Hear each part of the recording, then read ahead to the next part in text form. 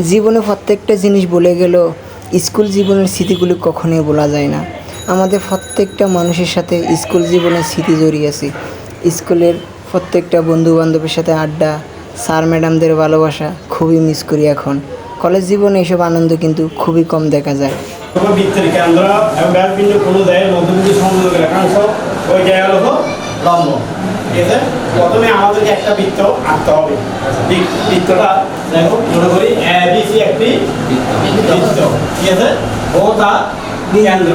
ঠিক আছে, ও তার কেন্দ্র। এখন আমাদের প্রথমটা বৃত্তি বলা হয়েছে ও বৃত্তের কেন্দ্র, ও কেন্দ্র এবং ব্যাস বিন্দু দেয়। ব্যাস বিন্দু দেয় মিনস এখানে একটা বিন্দু এবং একটা বিন্দু নিলাম। এই বিন্দু এ এবং বি যোগ করলাম, তাহলে এটা কি ব্যাস বিন্দু দেয়। তারপর অংশ বলা হয়েছে এর মধ্যবিন্দু সংযোগ রেখাংশ। মধ্যবিন্দু মানে এর উপরে একটা কি করতে হবে, আমাদের লম্ব আঁকতে হবে। তাহলে এ বি এর মধ্যবিন্দু আঁকতে হলে আমাদের এদিকে একটা লম্ব, এদিকে একটা লম্ব এঁকে সংযোগের রেখাংশ। ঠিক আছে, তাহলে আমরা সংযোগের রেখাংশ পেলাম।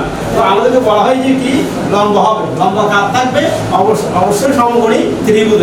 তো সমকোণী ত্রিভুজ পাওয়ার জন্য আমরা কি করবো, এ ও এ এবং ও বি যোগ করবো। তাহলে আমরা কি করলাম, সমকোণী ত্রিভুজ পেয়ে গেলাম। তাহলে এখন আমাদের প্রমাণ করতে হবে ও এ কি, ও এ বি এর উপর কি লম্ব। ঠিক আছে, এখন দেখো এখানে দুইটা ত্রিভুজ ও এ এন এবং ও বি এন। ঠিক আছে, সঙ্গত কারণে যেহেতু খেয়াল করো বৃত্তের কেন্দ্র থেকে